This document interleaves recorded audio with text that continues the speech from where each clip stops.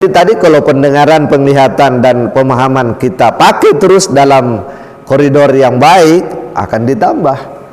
Makanya ada orang kalau jarang baca buku, jarang belajar, jarang mengaji, ya pasti pikun lah Pak kalau udah tua.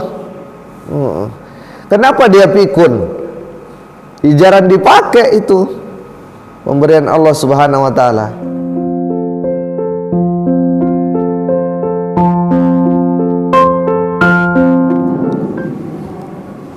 Bismillahirrahmanirrahim.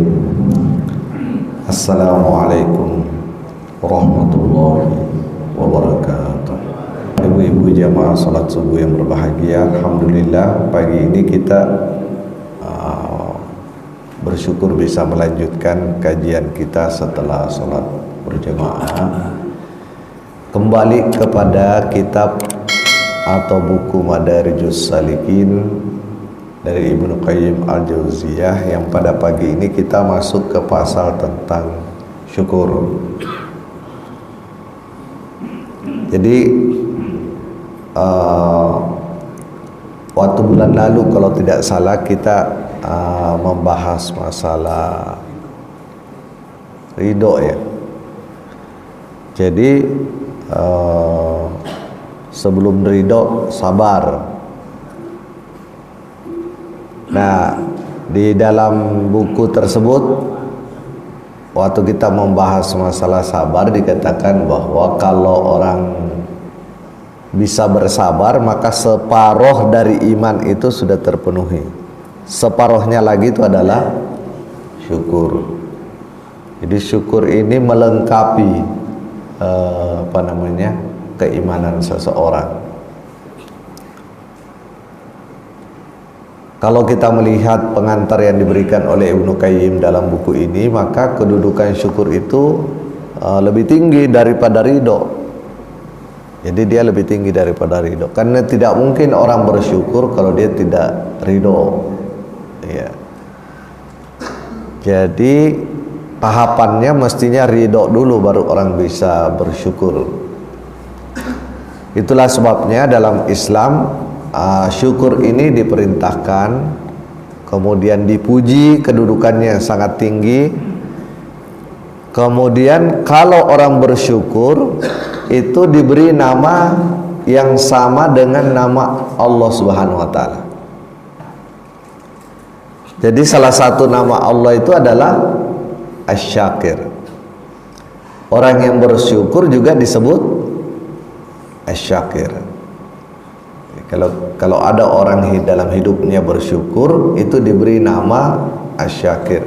Nama Allah juga Asy-Syakir. Dalam Islam yang disebut mendekatkan diri kepada Allah itu bukan jarak. Bukan jarak.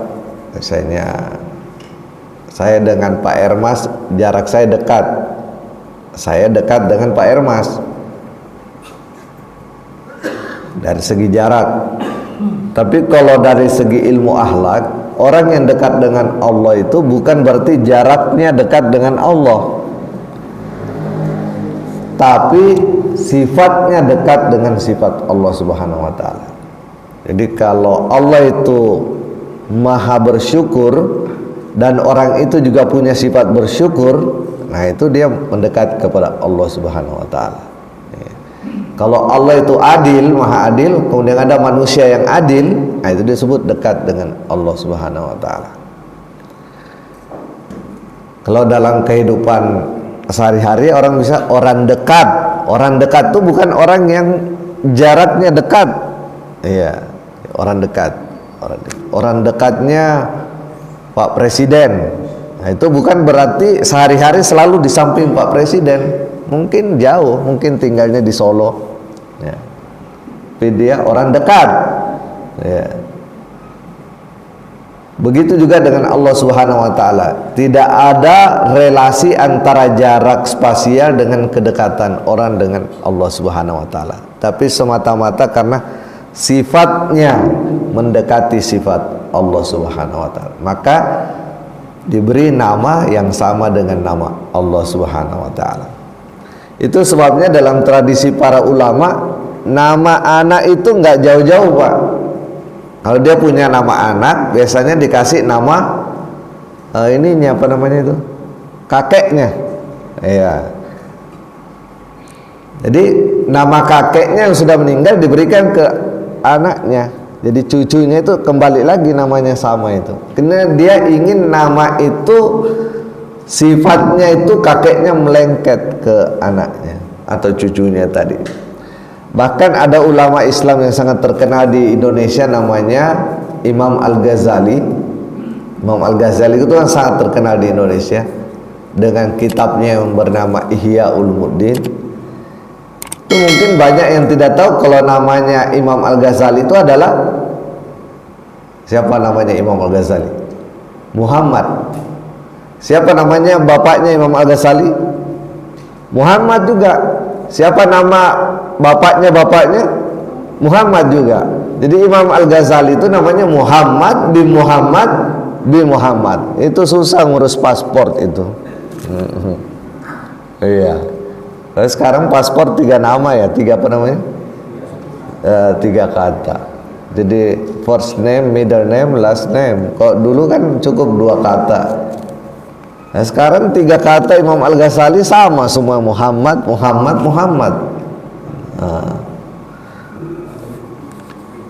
Kenapa ulama dulu begitu nggak boleh ya nama cucunya itu jauh-jauh, supaya sifatnya kembali ke karena kakeknya orang baik, jadi kakeknya maunya cucunya juga jadi orang baik, kasih nama. Kalau sekarang nama anak-anak sekarang kan aneh-aneh, kadang tidak ada kaitan dengan orang tuanya. Coba cari daerah di Indonesia penamaan secara tradisional, hampir semua daerah di Indonesia itu nama anak dikaitkan dengan nama, kalau bukan nama orang tua, nama marga lah itu ya. Ya, kayak Pak Harahap kan pasti dulu marganya Harahap, supaya tidak melupakan itu apa namanya, kakek moyang. Iya, tidak melupakan. Saya juga nama ke orang tua Bakri, meskipun banyak biasa mengatakan ada hubungan dengan Pak sebenarnya Abu Rizal Bakri. Ada dulu kan dia Nabi Adam juga dia ke saya. Namanya Bakri.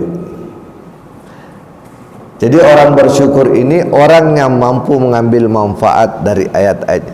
Bapak Ibu jamaah sekalian berbahagia, sebenarnya agama ini baru bermanfaat bagi kita dan hidup kita bermanfaat kalau kita itu hidup penuh dengan pemahaman dan kehusyuan.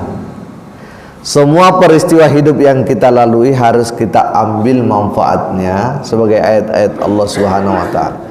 Tadi imam kita itu membaca surah An-Nazi'at, itu beberapa ayat menunjukkan bahwa baru orang beragama dengan benar itu kalau beragama dengan khusyuk. Beragama dengan khusyuk itu bukan maksudnya pas sholat aja khusyuk, tapi semua kejadian hidup kita itu dimaknai, dijiwai. Iya. Tadi dikatakan dalam ayat yang dibacakan itu, wa innaha la ibratan liman yakhsha. Jadi pelajaran hidup ini hanya bisa dipetik oleh orang-orang yang khusyuk, yang selalu menjiwai hidup ini, memaknai hidup ini. Dan juga dikatakan dalam rakaat kedua tadi, innama anta munzirun liman yakhsha. Iya. Engkau Muhammad itu baru bisa bermanfaat bagi umatmu yang khusyuk. Jadi kalau umatmu tidak khusyuk, engkau tidak bermanfaat bagi mereka. Apa itu yang dimaksud khusyuk? Hidup ini harus dimaknai, dijiwai. Ya, dijiwai. Semua yang kita alami dalam hidup ini harus kita jiwai, harus kita maknai.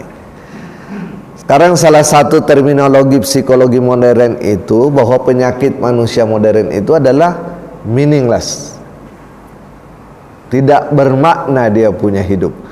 Rutinitas pagi sampai malam, malam kembali kepada pagi, begitu saja yang terjadi, terus tidak ada makna, tidak ada makna yang masuk ke dalam jiwanya. Ya, dia melalui saja kerja, tidur, makan, tidak membangun jiwa.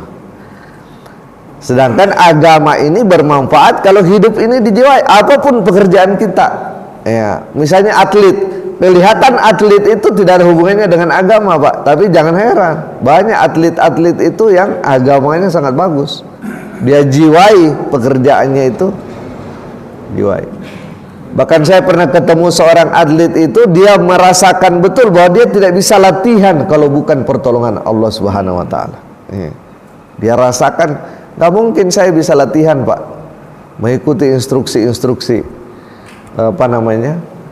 pelatih kalau bukan pertolongan Allah Subhanahu wa taala. Kan rupanya kalau orang atlet latihan itu semua serba disiplin gitu. Semua serba disiplin.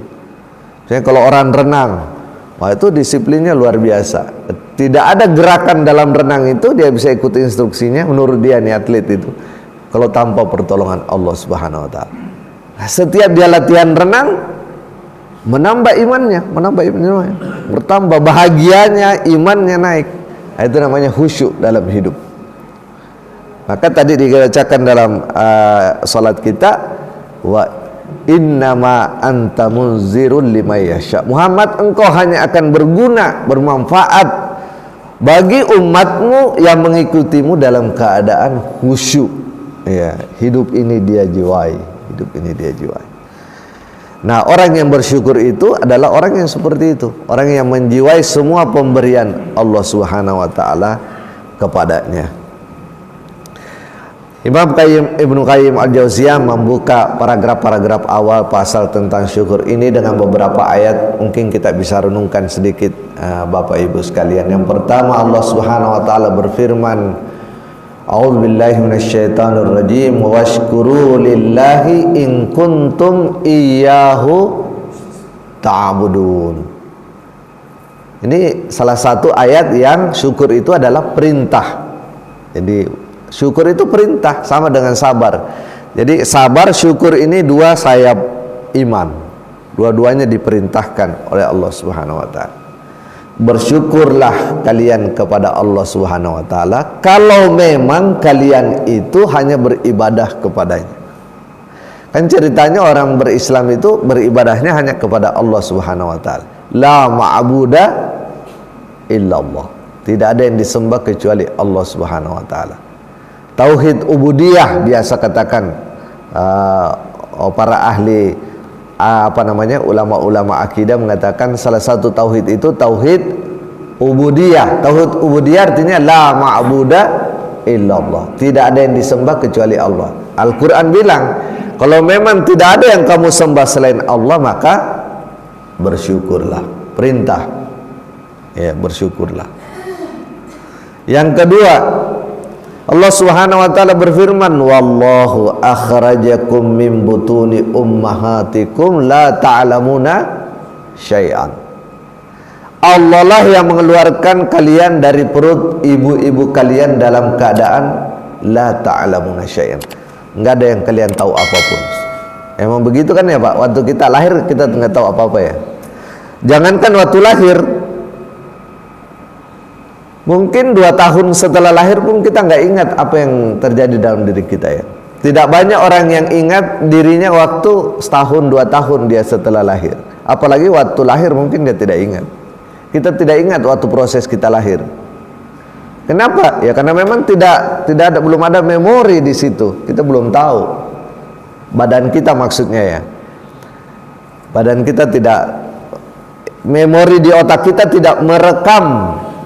Mungkin merekam, tapi tidak ada koneksi dengan diri kita sekarang ini. Jadi kita tidak tahu apa yang terjadi pada saat itu.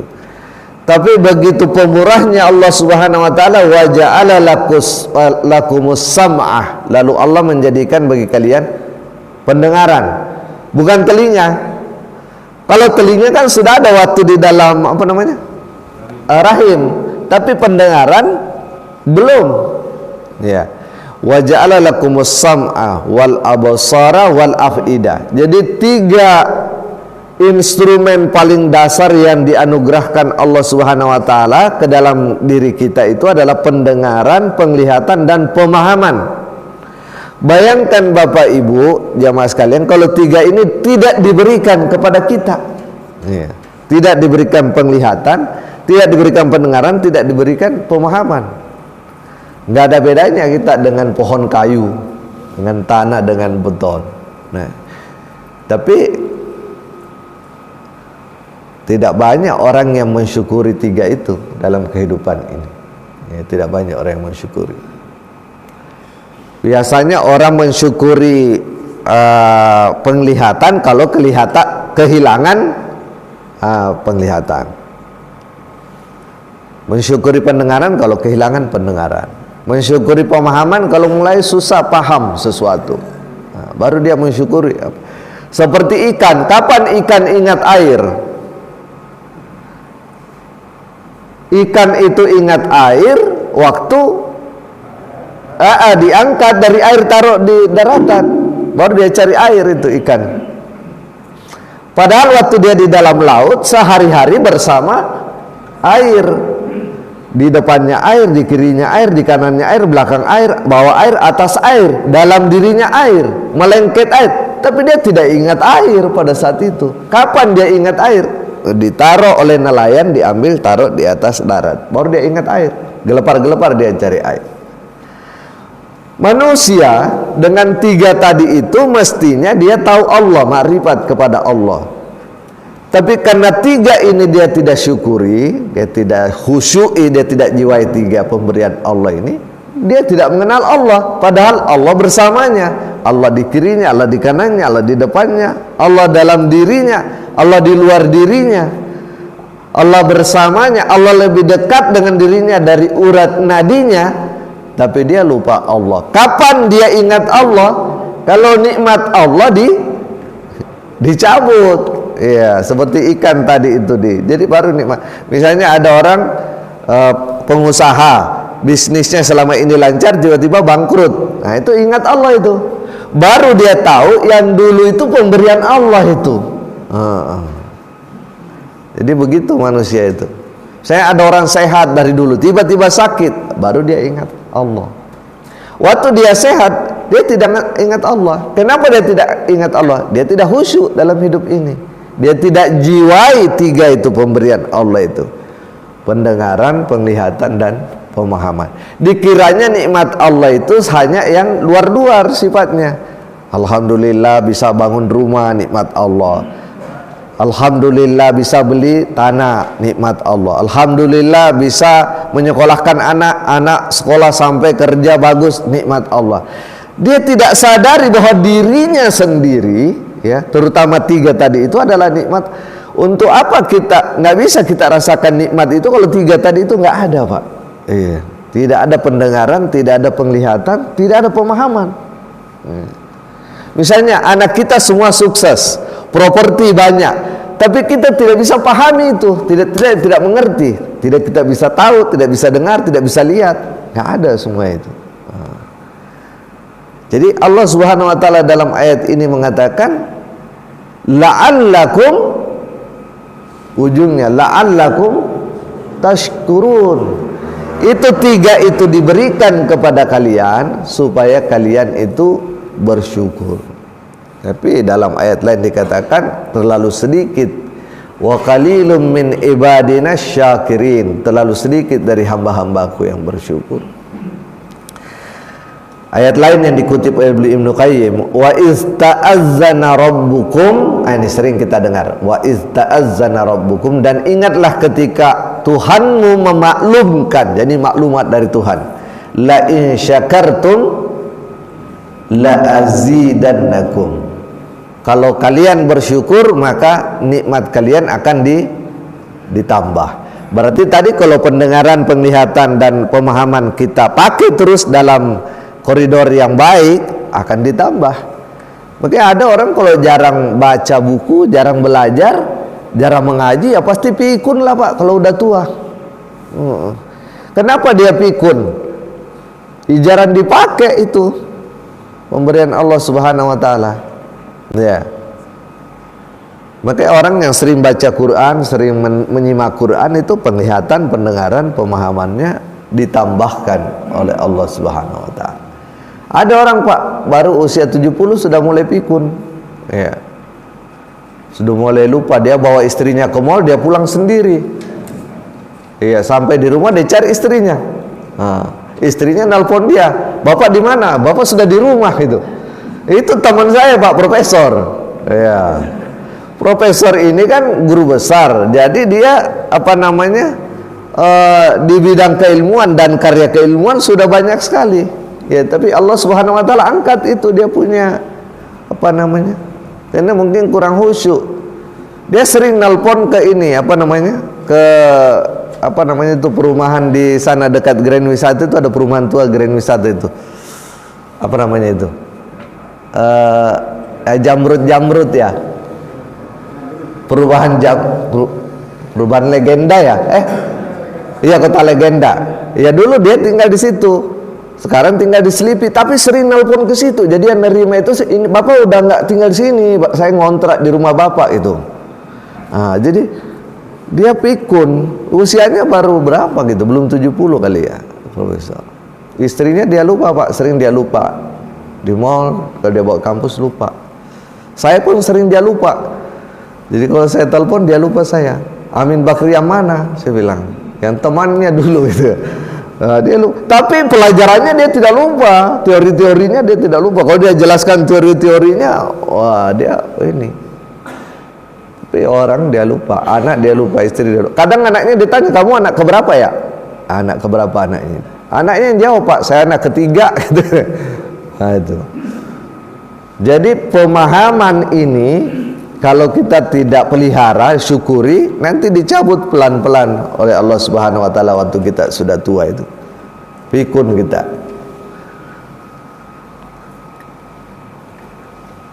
Wa in kafartum wa la in kafartum inna azabi lasyadid.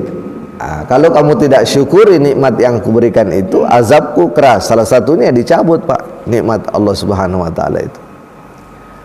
Kalau kita tidak mensyukuri nikmat Allah Subhanahu wa taala. Nah, ini ayat yang tadi yang cocok, bahwa hidup ini, ya, hidup ini kalau orang mau ambil pelajaran dari hidup ini harus bersyukur, khusyuk. Inna fi dzalika la ayatin likulli sabarin syakur. Ya, hanya orang bersabar dan bersyukur itu yang mampu mengambil pelajaran dalam hidup.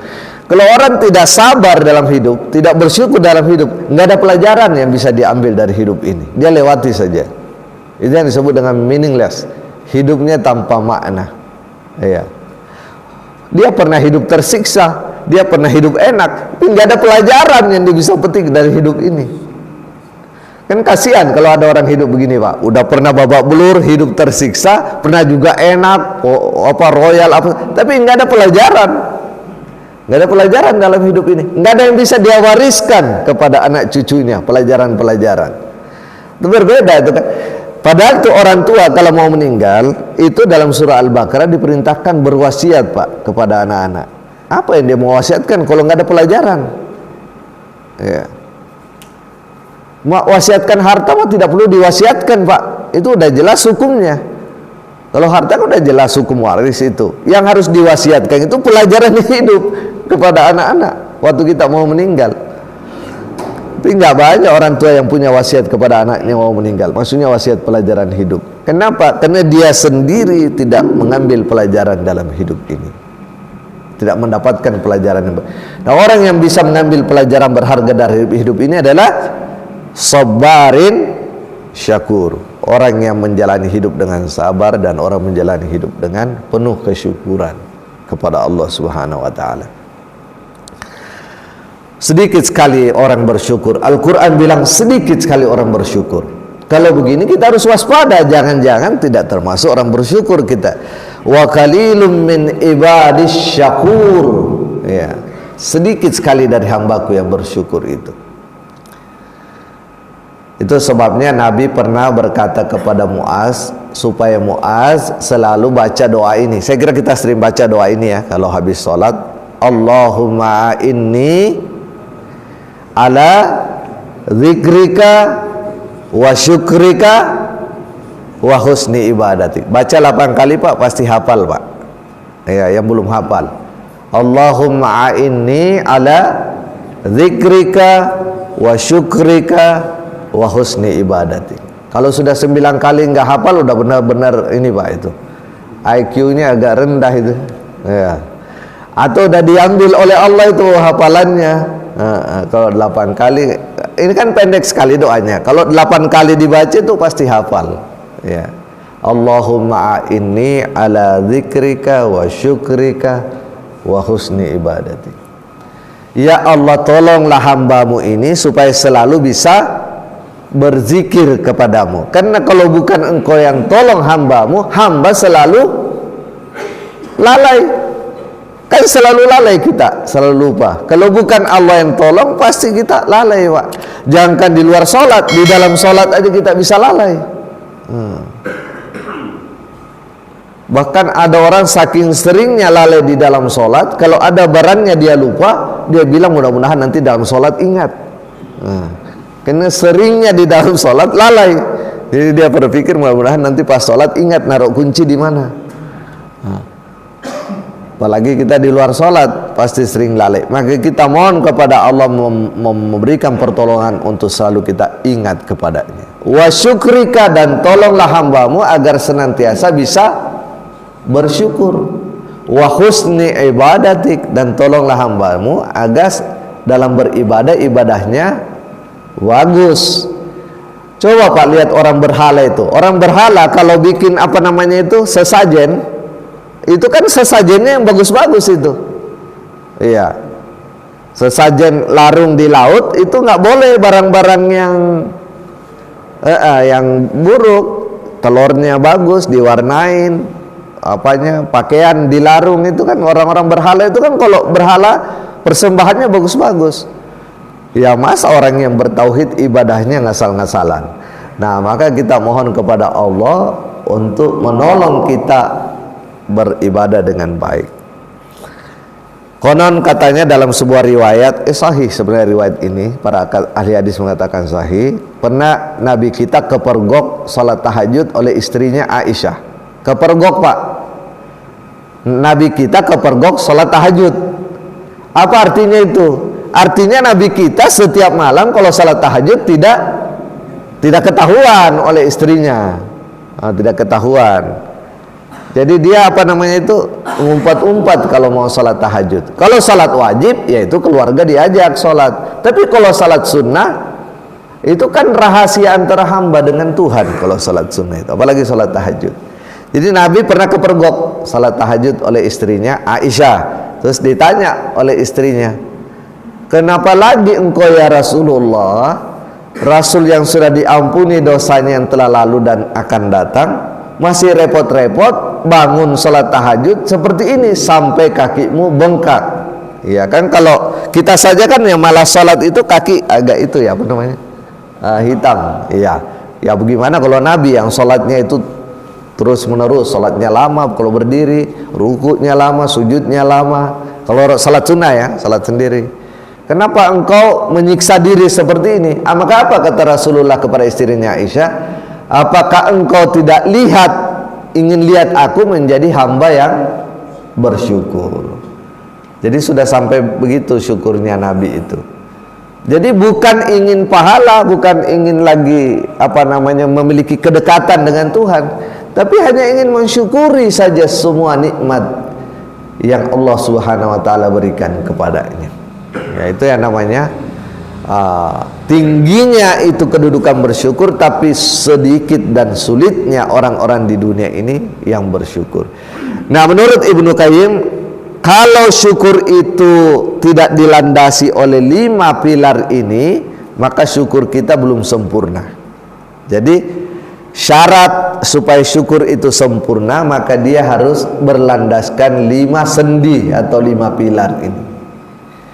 Ya, kita bersyukur juga tapi dianggap belum sempurna kalau belum memenuhi 5 sendi. Yang pertama, orang yang bersyukur itu tunduk kepada yang disyukuri. Ya, tunduk. Ya, misalnya Pak Mustaqim selama ini berbuat baik kepada saya. Ya, alamiahnya saya tunduk. Ya, alamiahnya kan fitrahnya begitu. Pak Mustaqim baik sama saya, sering membantu saya, sering memberi petunjuk kepada saya, ya saya tunduk kalau begitu. Saya tunduk. Bukan bersyukur namanya kalau Pak Mustaqim sering menolong saya, sering bantu saya, terus di mana-mana ketemu saya pergi aja gitu. Nah, Itu tidak bersyukur namanya. Nah, bersyukur itu salah satu sendinya adalah tunduk kepada yang disyukuri, pihak yang disyukuri. Yang kedua, mencintai. Ya, namanya juga kita berutang budi, berarti kita cintai. Kita udah dapat banyak kebaikan, kita cintai dia dengan tulus. Yang ketiga, mengakui nikmatnya. Nah, emang ini dari Bapak kok. Oh ya, pemberian dari Bapak, saya akui. Yang keempat, memuji karena nikmat itu. Ya, memuji karena nikmat. Dan yang kelima, tidak menggunakan nikmat itu untuk hal-hal yang dibenci oleh yang memberi. Ya, yang memberi. Termasuk menelantarkan. Misalnya Pak Mustaqim kasih saya baju batik. Ini misalnya Pak Haji ya, bukan minta batik. Terus batik itu saya buang aja. Nah, itu bagaimana perasaan Pak Mus kalau lihat itu? Ini batik sudah saya pilih-pilih di toko sampai berjam-jam milih buat Pak Amin, dikasih malah dibuang di jalan. Nah, sekarang coba lihat aja Pak, tiga tadi itu: pendengaran, penglihatan, pemahaman. Apa kita tidak buang selama ini di hadapan Allah Subhanahu wa taala? Penglihatan, pendengaran, pemahaman terutama, apa kita tidak buang itu di hadapan Allah Subhanahu wa taala, pemberian Allah Subhanahu wa taala. Makanya ujung ayat tadi itu la'allakum tashkurun. Ya.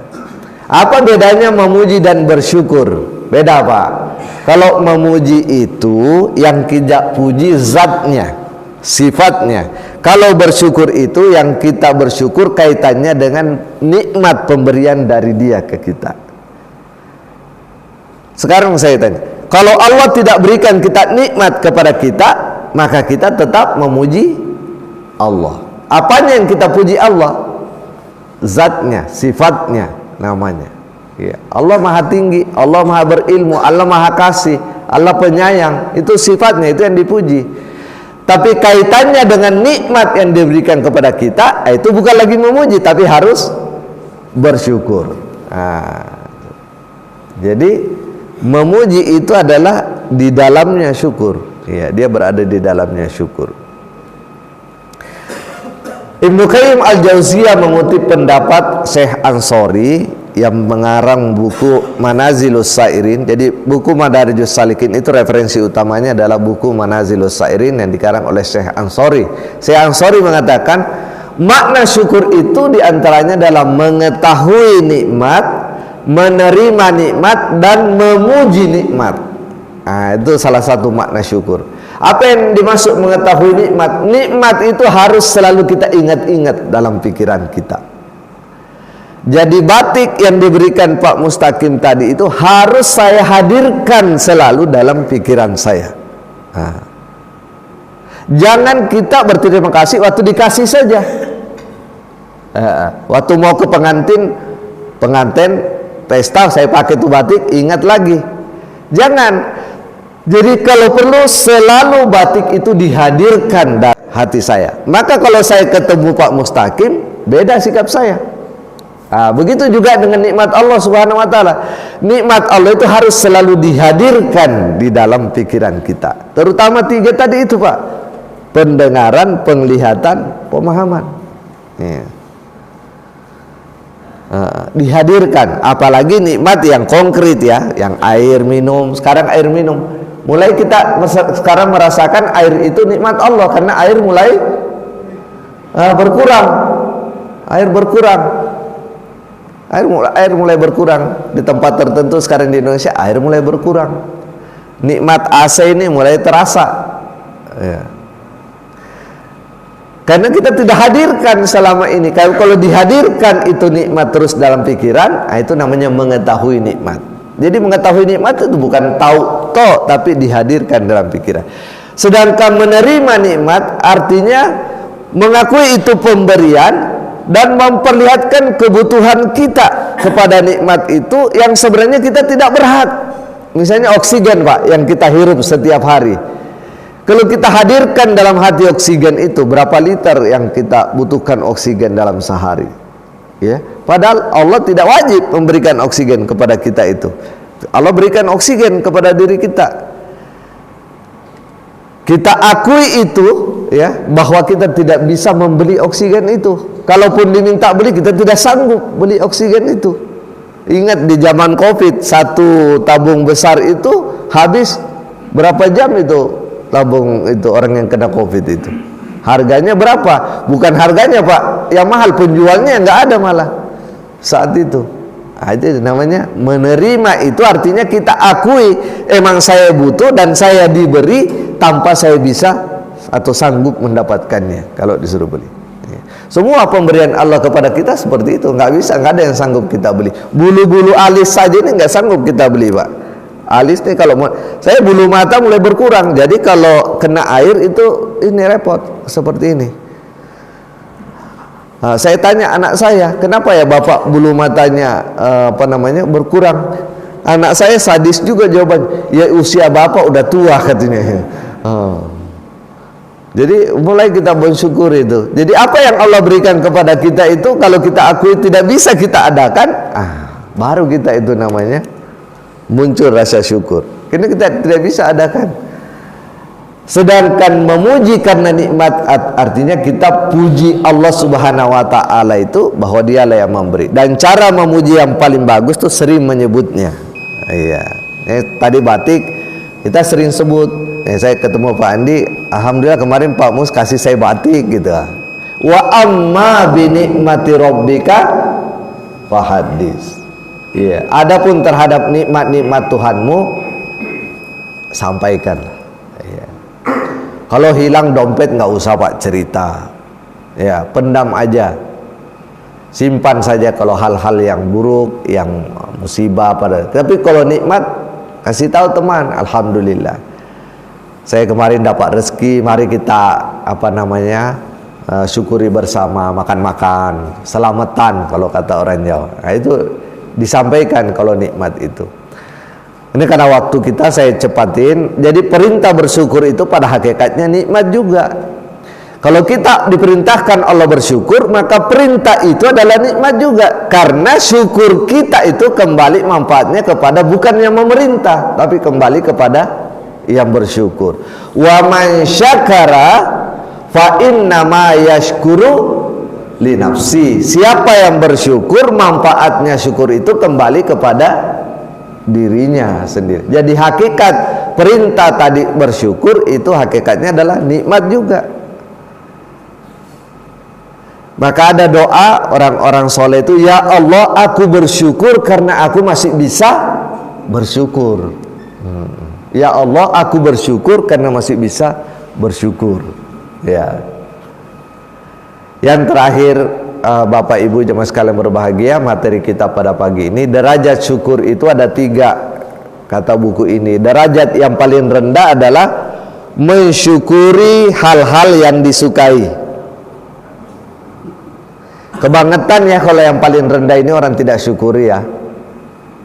Syukurilah hal-hal yang kita sukai. Jangan didiamkan begitu saja. 5 pilar tadi Pak, kalau ada hal yang kita sukai dalam hidup ini syukuri.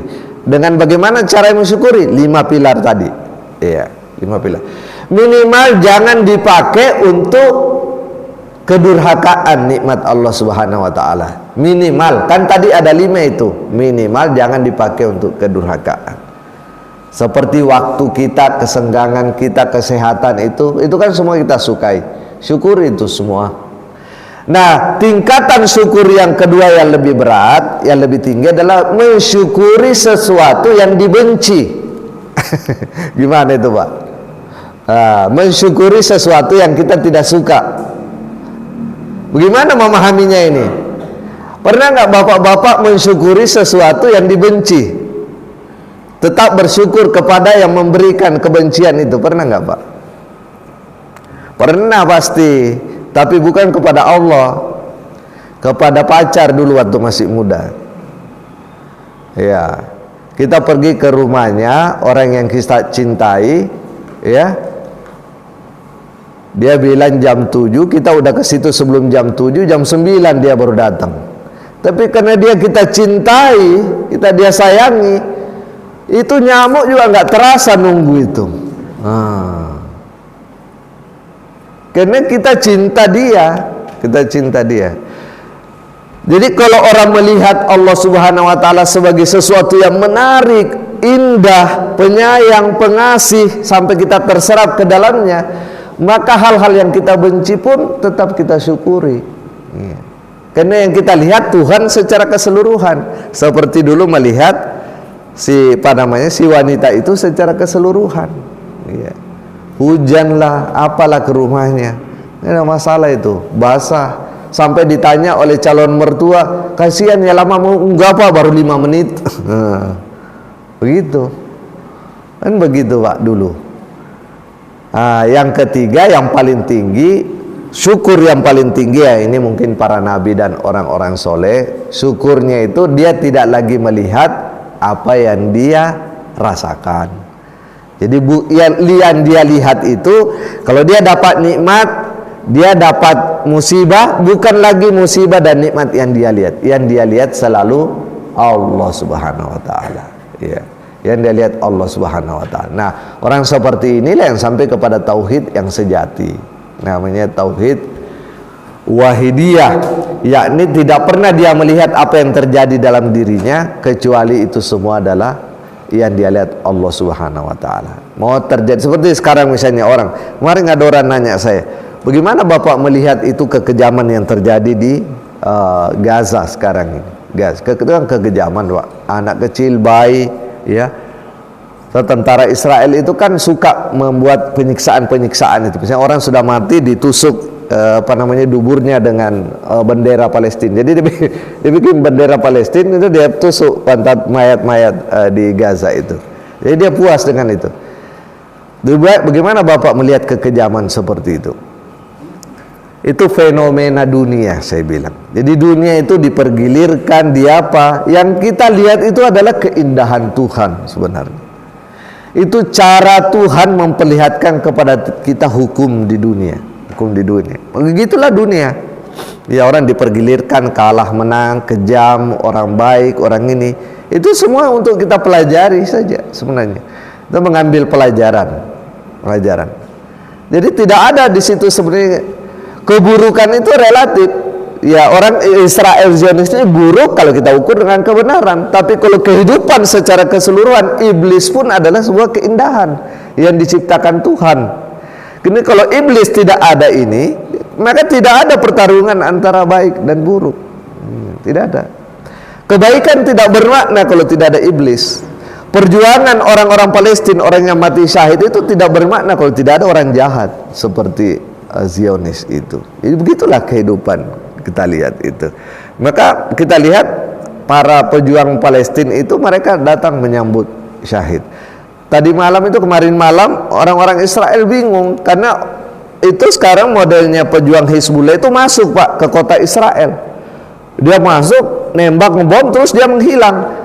Nah, dia tidak tahu kemana ini orang. Itu nggak mungkin dilakukan oleh tentara Zionis itu berani masuk ke kota begitu. Kan sekarang dia ngancam aja itu mau serangan darat kepada Gaza. Tapi sekarang Amerika udah ketakutan sehingga dia minta supaya serangan darat ditunda sekarang ini. Jadi Biden sekarang minta serangan darat jangan dilakukan. Iya.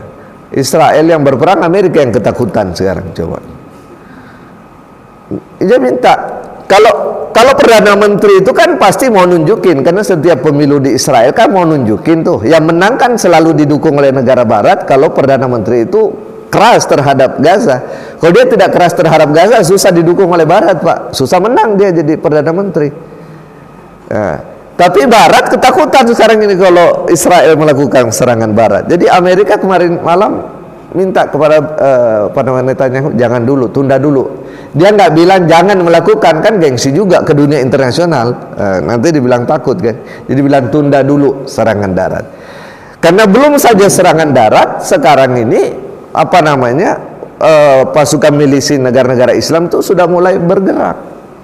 Alhamdulillah, kita harus bersyukur bantuan negara-negara Islam. Ya, inilah Bapak Ibu. Jadi orang yang sudah sampai kepada hakikat, dia tidak melihat lagi kejadian di muka bumi. Yang dia lihat adalah Allah Subhanahu wa taala. Nah, tentu mungkin kalau saya masih jauh dari situ, belum sampai. Saya kalau kehilangan dompet masih sedih saya, Pak. Jadi masih saya umumkan siapa yang nemu dompet saya Tapi kalau orang-orang soleh seperti ini, dia tidak, jangan kehilangan dompet, kehilangan anaknya saja. Kalau lihat kan, kita lihat para pejuang itu kehilangan anaknya pun tidak ada masalah bagi dia. Yang dia lihat adalah Allah Subhanahu wa taala. Ya, mudah-mudahan kita semua diberikan bantuan oleh Allah Subhanahu wa taala menjadi orang-orang yang pandai bersyukur sehari-hari dalam kehidupan, minimal dalam kehidupan kita sehari-hari.